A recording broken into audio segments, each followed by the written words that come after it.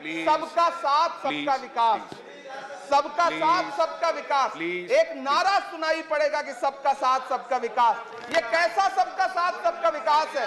मैं सदन से ये पूछना चाहता हूं कि यहाँ सत्र चल रहा है उपसभापति महोदय, और इसी संसद से महज 800 मीटर की दूरी पर जंतर मंतर पर खड़े होकर के कार्यक्रम आयोजित होता है अभी 4 दिन पहले, और एक व्यक्ति वहां खड़ा होकर के सीधे आह्वान करता है, सीधे आह्वान करता है। और सभापति उपसभापति महोदय, मैं पूछना चाहता हूं कि दिल्ली पुलिस उस पर कोई कार्रवाई नहीं करती, उल्टा जो मीडिया उसको दिखाने का प्रयास करती है उनको नोटिस भेजा जाता है। ये कौन सा सबका साथ सबका विकास है उपसभापति महोदय?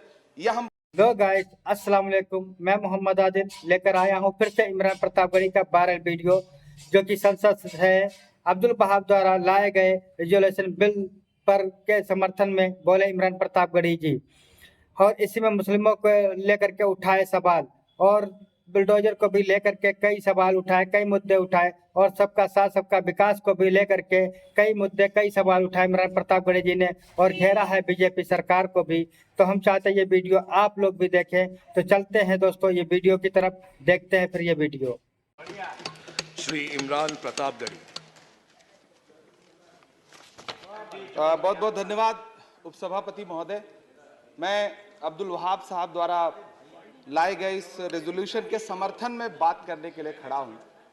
इसी थके हुए दस्ते तलब से मांगते हैं, इसी थके हुए दस्ते तलब से मांगते हैं, हम अपने जख्मों का मरहम तो कब से मांगते हैं, वो भीख मांगता है हाकिमों के लहजे में, हम अपने बच्चों का हक भी अदब से मांगते हैं।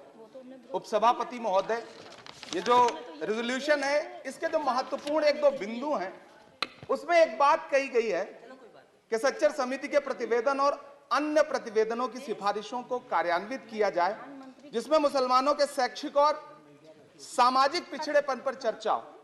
उद्धृत कर रहा हूं मैं इसे। दूसरा पॉइंट है कि छात्रवृत्ति और शैक्षिक कार्यक्रमों को बहाल किया जाए और सुधारा जाए, जिससे उच्चतर शिक्षा भागीदारी में सुधार आए।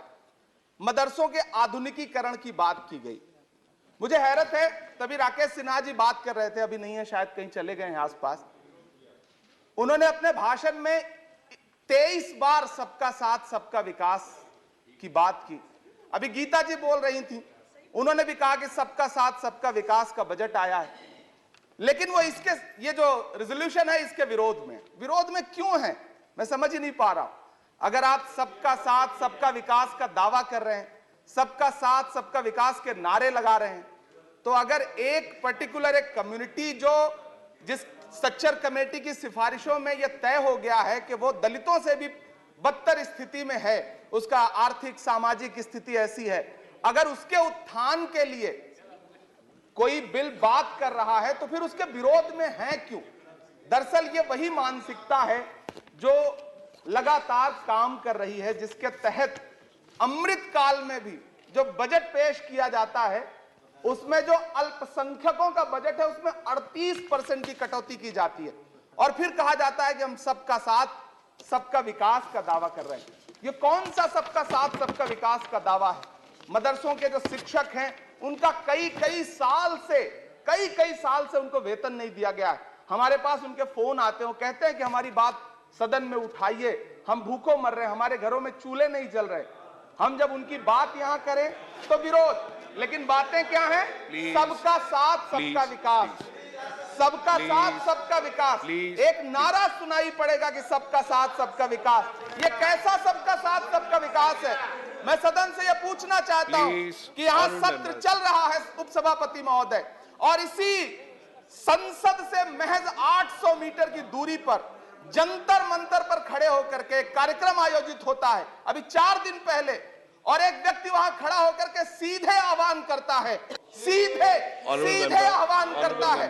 और सभापति उपसभापति महोदय, मैं पूछना चाहता हूं कि दिल्ली पुलिस उस पर कोई कार्रवाई नहीं करती, उल्टा जो मीडिया उसको दिखाने का प्रयास करती है उनको नोटिस भेजा जाता है। ये कौन सा सबका साथ सबका विकास है उपसभापति महोदय? ये हम बहुत गंभीर लोग यहाँ बैठे, मैं उच्च सदन में बैठा हूं, मैं यहाँ खड़ा होकर के कहना चाहता हूं, ये कौन सा सबका साथ सबका विकास है?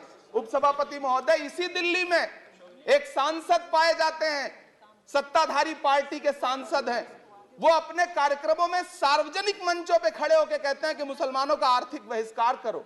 आप कह रहे हैं सबका साथ सबका विकास। कैसे होगा सबका साथ सबका विकास जब सत्ताधारी पार्टी के सांसद आर्थिक बहिष्कार की अपील करेंगे और उनके खिलाफ एक मामला तक दर्ज नहीं होता।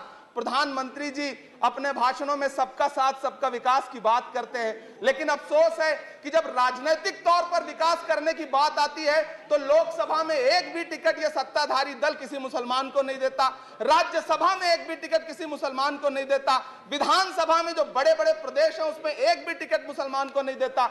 और वो तीन जो नाम के लोग थे, मुख्तार अब्बास नकवी साहब, एमजे अकबर साहब, सैयद जफर इस्लाम, उनको भी किनारे लगा दिया जाता है। ये कौन सा सबका साथ सबका विकास है? काहे का सबका साथ सबका विकास? ये नारा, ये दावा खोखला है। मैंने प्रधानमंत्री जी के भाषण सुने हैं। जब 3 तलाक पर बिल आ रहा था उपसभापति महोदय, तो प्रधानमंत्री जी कहते थे कि मैं अपने मुस्लिम बहनों को हक दिलाना चाहता हूं, उनके न्याय के लिए लड़ रहा हूं, ये बिल मैं उनके लिए ला रहा हूं। आपने भी सुना होगा वो नारा।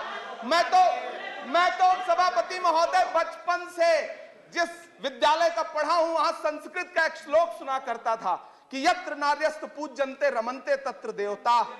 मैं इसे सुना करता था उपसभापति महोदय।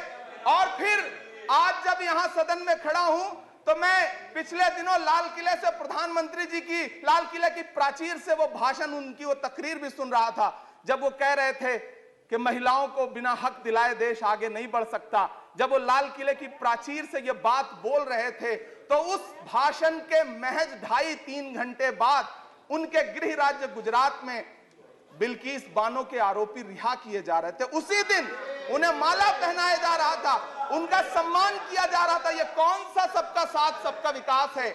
उपसभापति महोदय, मैं तो आपसे कहना चाहता हूं कि जो प्रधानमंत्री जी का इंटरव्यू ले, जो फिल्मी स्टार, जो उनसे पूछे कि आप आम चूस के खाते हैं कि काट के खाते हैं, उसके लिए तो रेड कारपेट बिछा है। जो अभिनेत्रियां उनकी विचारधारा के समर्थन में बात करें, समर्थन से ज्यादा आगे बढ़ के बात करें, उनके लिए जेड सिक्योरिटी है। लेकिन वो शाहरुख खान जो पूरी दुनिया में भारत के तिरंगे का मान बढ़ाता है, जिसे फीफा वर्ल्ड कप में आमंत्रित किया जाता है, उसके लिए सोशल मीडिया पे किस तरह के ट्रेंड चलाए जाते हैं? कौन सा सबका साथ सबका विकास है महोदय? मेरा नाम इमरान है। मैं उस पीड़ा को महसूस करता हूं जिस पीड़ा का जिक्र अभी मनोज झा जी कर रहे थे। मैं उस पीड़ा से गुजरता हूं, इसलिए मैं आपसे यहां खड़ा होकर कहता हूं कि हम हर दिन सुनते हैं, कई सारे मंत्री हैं जो ट्रेवल एजेंसी खोल के बैठे हैं, जो कहते हैं कि देशभक्ति हर दिन देशभक्ति साबित करो, चले जाओ वहां चले जाओ। मैं तो उनसे कहना चाहता हूं कि तुमने नफरत का जो बाजार सजाया हुआ है, तू ये कहता है मुसलमान पराया हुआ है, आजा दिल चीर के दिखलाऊं वतन का नक्शा, मेरा भारत मेरी सांसों में समाया हुआ है। हम उसको किसी को हर दिन उसका सबूत नहीं देते फिरेंगे। ऐसे में अगर ये बिल मांग करता है कि मुसलमानों के शैक्षिक और उनके सामाजिक, उनके आर्थिक उत्थान के लिए सरकार उस पर ध्यान दे, तो फिर तकलीफ क्या है, दिक्कत क्या है? क्या आपका जो नारा है वो झूठा है? क्या सबका साथ सबका विकास का नारा सिर्फ खोखला है? बजट से तो यही जाहिर होता है, आप लगातार घटाते जा रहे हैं बजट, आप लगातार कटौती करते जा रहे हैं। पूरे देश में प्रधानमंत्री जी दावा करते थे सबका साथ सबका विकास के नारे के साथ कि 2022 में हर व्यक्ति के छत पर, घर पर, सर पर छत होगी।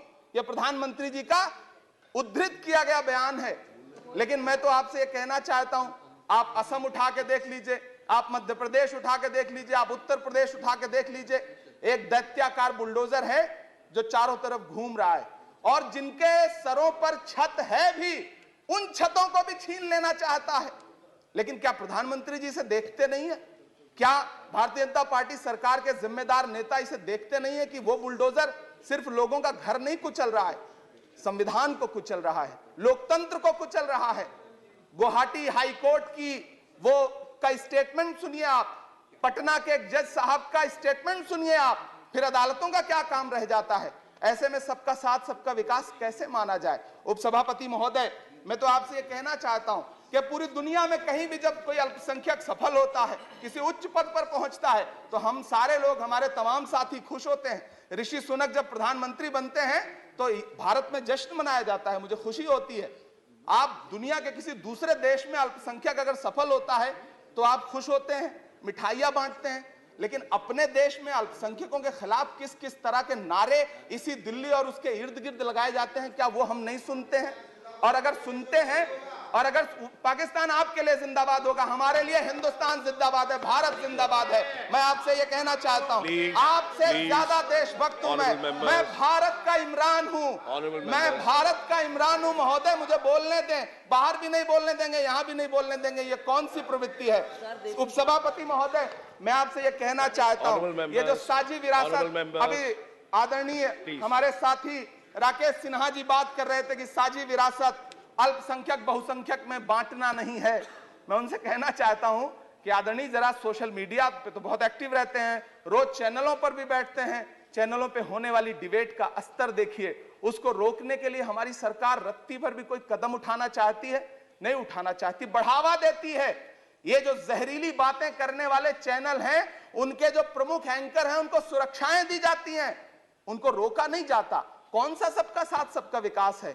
ये बिल जिस चीज की बात कर रहा है, अभी राकेश सिन्हा जी कह रहे थे कि प्रधानमंत्री जी ने कहा तिरंगा यात्रा निकालिए। मुझे पूरा विश्वास है कि प्रधानमंत्री जी ने कठुआ के बलात्कारी के समर्थन में तिरंगा यात्रा निकालने के लिए कभी नहीं कहा होगा, लेकिन फिर भी निकली, लेकिन किसी ने रोका नहीं, किसी ने कोई आवाज नहीं उठाई। उपसभापति महोदय, दर्द बहुत सारे हैं, लेकिन ये जो रेजोल्यूशन लेकर के आए हैं उसमें जो शैक्षिक और आर्थिक बातों को उद्धृत किया गया है, मैं आपसे अनुरोध करूंगा कि इसे देखा जाए, इसे जांचा जाए। गीता जी कह रही थी अभी भारत जोड़ो यात्रा पे कि भारत टूटा कहां है? भारत टूटा नहीं है, भारत को कोई तोड़ भी नहीं पाएगा। भारत को तोड़ने का सपना देखने वालों को हमारी आदरणीय इंदिरा गांधी जी ने 2 टुकड़ों में तोड़ दिया था, बांट दिया था। भारत को कोई तोड़ नहीं पाएगा, लेकिन भारत देश में आर्थिक तौर पर, सामाजिक तौर पर जो बंटवारा करने की साजिश मौजूदा सरकार और सरकार के आनुषंगिक संगठन कर रहे हैं, जो आनुषंगिक संगठन कर रहे हैं, उनको रोकने के लिए सरकार क्या कर रही है? मैं अंत में इतना कहना चाहता हूं उपसभापति महोदय के यूपीए के शासनकाल के दौरान श्रीमती सोनिया गांधी जी के प्रयास से, डॉक्टर मनमोहन सिंह साहब के प्रयास से दलित और अल्पसंख्यक बच्चों के लिए फ्री रेजिडेंशियल यूपीएससी की कोचिंग शुरू की गई। हमने ये किया, और इसी सरकार के दौरान एक टीवी चैनल ने एक प्रोग्राम बनाया जिसका नाम आपको पता है क्या रखा? यूपीएससी जिहाद। ये शब्द क्या इस देश में सुने जाने लायक है? लेकिन सरकार ने क्या किया? एक शब्द नहीं बोला। माननीय उच्चतम न्यायालय ने संज्ञान लिया, जब लोग उच्चतम न्यायालय गए तब वो कार्यक्रम रुक सका। ऐसे कार्यक्रम बनाए जा रहे हैं और सरकार कह रही है कि सबका साथ सबका विकास। उपसभापति महोदय, मैं अंत में आपसे इतना कहना चाहता हूं कि ये जो आर्थिक और सामाजिक आधार पर जो बहुत बड़ी खाई है, उसको पाटने के लिए ये जो रेजोल्यूशन लाया गया है, मैं इसका समर्थन करता हूं। तमाम वो शहर जहां अपना छोटा छोटा रोजगार है, जिनका, जैसे मुरादाबाद का पीतल उद्योग, अलीगढ़ का ताला उद्योग, या देश में जो तमाम शहरों में बुनकर उद्योग है, इस सब की बढ़ोतरी के लिए, इनको आगे बढ़ाने के लिए, संजोने के लिए ये बिल बहुत कारगर रहेगा। शैक्षिक तौर पे लोगों को आगे लाने के लिए बहुत कारगर रहेगा। तो मैं ये रेजोल्यूशन बहुत कारगर रहेगा। और मैं अपने सत्ता पक्ष के साथियों से कहना चाहता हूं कि रिश्तों की ये नाजुक डोरें तोड़ी थोड़ी जाती हैं, अपनी आंखें दुखती हों तो फोड़ी थोड़ी जाती हैं। हम भी इसी देश का हिस्सा हैं। हम आपसे अनुरोध करते हैं। हेलो गाइस, तो कैसा लगा ये वीडियो? उम्मीद करते हैं अच्छा लगा होगा इंशाल्लाह। तो हम चाहते हैं प्लीज अपनी राय कमेंट में जरूर दें, ताकि आने वाली इमरान प्रतापगढ़ी की वीडियो हम आप तक शेयर कर सकें। और हमारे चैनल को सब्सक्राइब जरूर कर लें। ठीक है, इंशाल्लाह मिलते हैं फिर अगली वीडियो में। अस्सलाम वालेकुम।